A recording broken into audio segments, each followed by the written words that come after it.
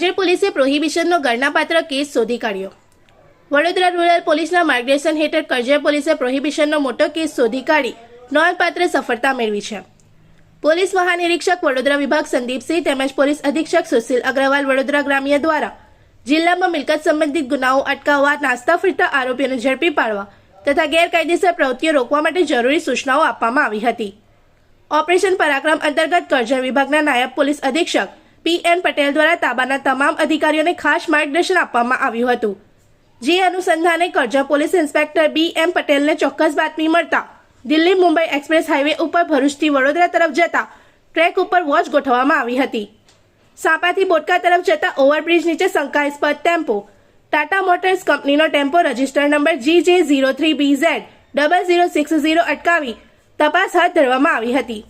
તે દરમિયાન ટેમ્પાની પાછળ તાટપત્રી ખોલી તપાસ કરતા સફેદ પુઠ્ઠાના બોક્સ પાછળ ખાકી કલરના બોક્સોમાં ભારતીય બનાવટનો પરપ્રાંતીય વિદેશી દારૂનો જથ્થો મળી આવ્યો।